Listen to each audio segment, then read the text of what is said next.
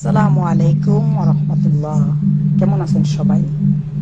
30টা রোজা রাখার পরে আল্লাহ তাআলা রোজাদারদের জন্য ঈদ বানিয়েছেন। তাই অবশ্যই সকল রোজাদারগণের জন্য ঈদ।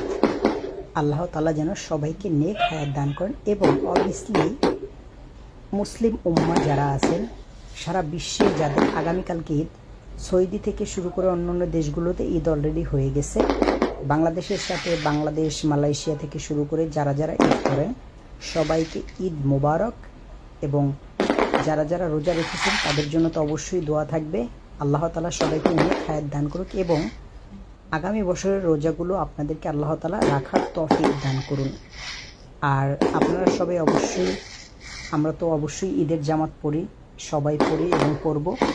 আর এবছর যারা রোজা রাখতে পারেননি বিভিন্ন সমস্যার কারণে, আজকে থেকেই নিয়ত করে ফেলেন, আল্লাহ তাআলা যদি আপনাকে নেক হায়াত দান করেন, আগামী বছর যদি আপনি বেঁচে থাকেন ইনশাআল্লাহ আপনি আগামী বছর রোজা রাখবেন। আসসালামু আলাইকুম।